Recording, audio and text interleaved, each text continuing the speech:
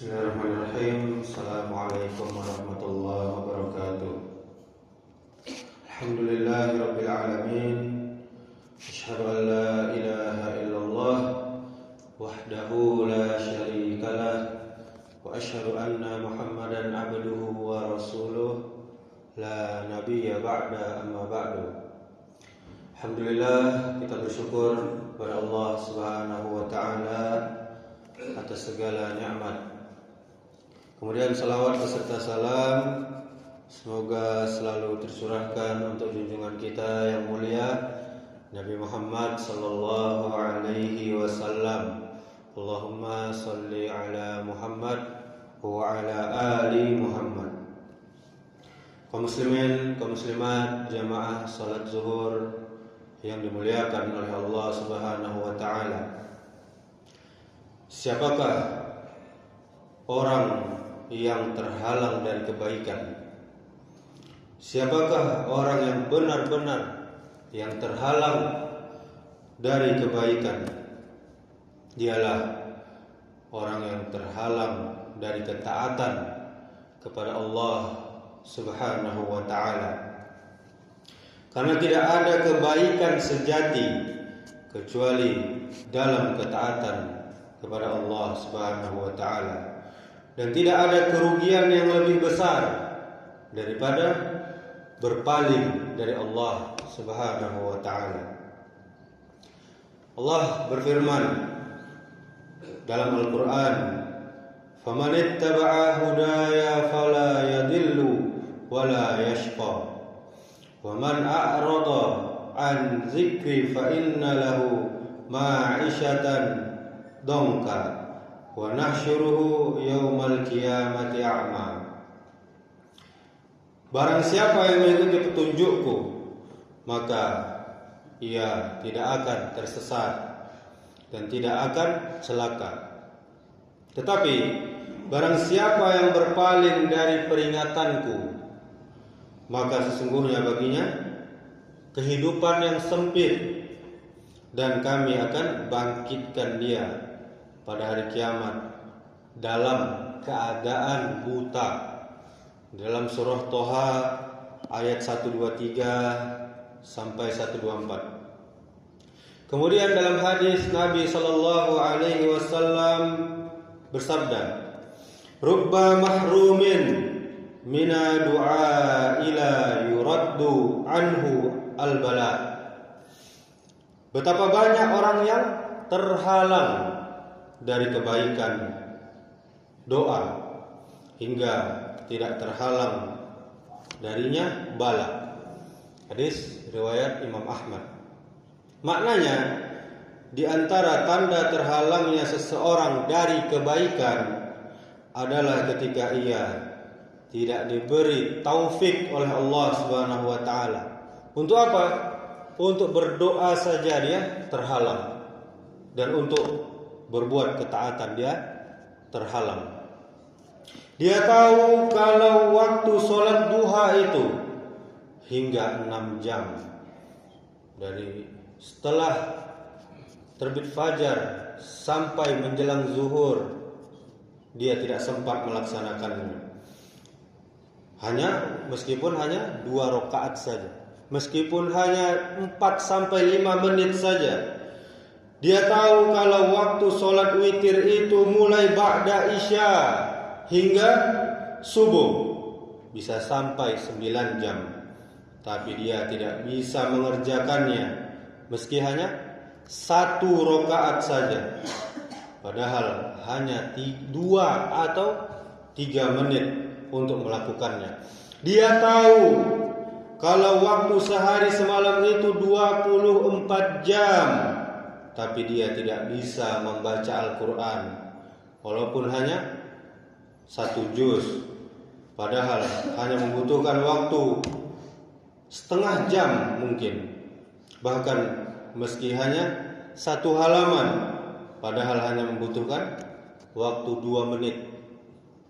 Tak percaya Bapak Ibu, coba baca 1 halaman, paling 2 menit kalau yang alah lancar. Kemudian dia tahu kalau lidah itu tidak bertulang, dan tidak mudah lelah, tapi dia tidak gunakan lidahnya, lisannya untuk berzikir kepada Allah Subhanahu wa taala. Kalau untuk mengkomen orang lain, mengkomen yang tidak setuju dengannya, segala macam, dia tidak pernah lelah letih selalu mengomen orang lain. Dan memangnya apa manfaatnya untuk dirinya sendiri? Begitulah kehidupan di dunia ini, akan terus berjalan dan manusia akan terus lalai kecuali mereka yang dirahmati oleh Allah Subhanahu wa taala. Ayolah kaum muslimin, kaum muslimat, sadarkan diri kita masing-masing. Ingatlah waktu yang berlalu tak akan pernah kembali lagi.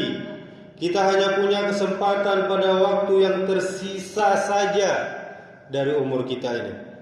Dunia ini akan kita tinggalkan. Yang terpenting adalah nasib kita nanti di akhirat. Allah Subhanahu wa taala berfirman, "Wattaqu yawman turja'una fihi ila Allah, summa tuwaffa kullu nafsin ma kasabat wa hum la yuzlamun."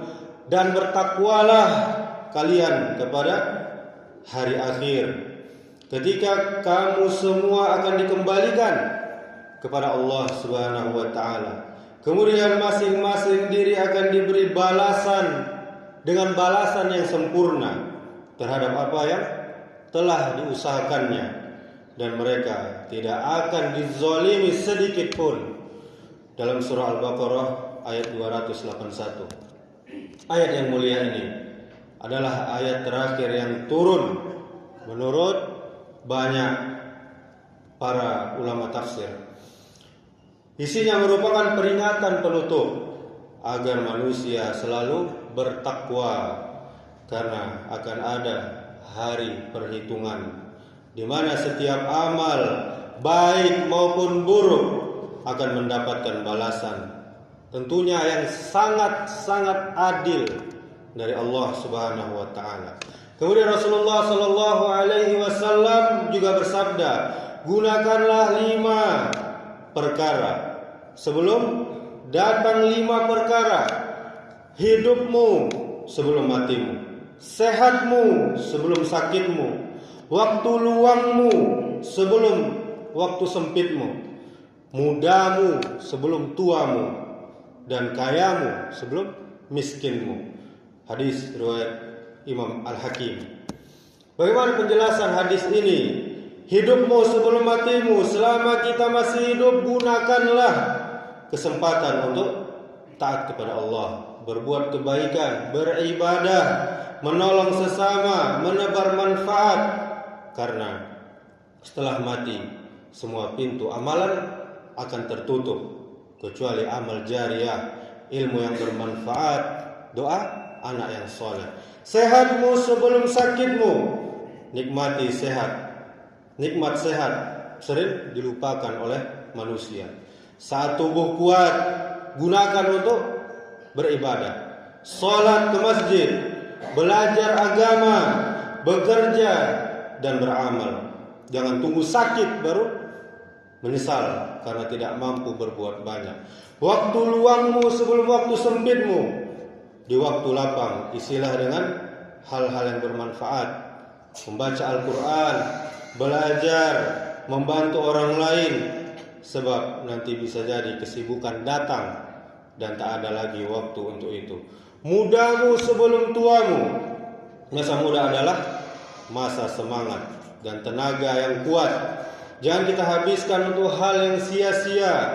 Gunakan untuk terus menuntut ilmu, memperbanyak ibadah, dan membangun cita-cita akhirat. Kayamu sebelum matimu.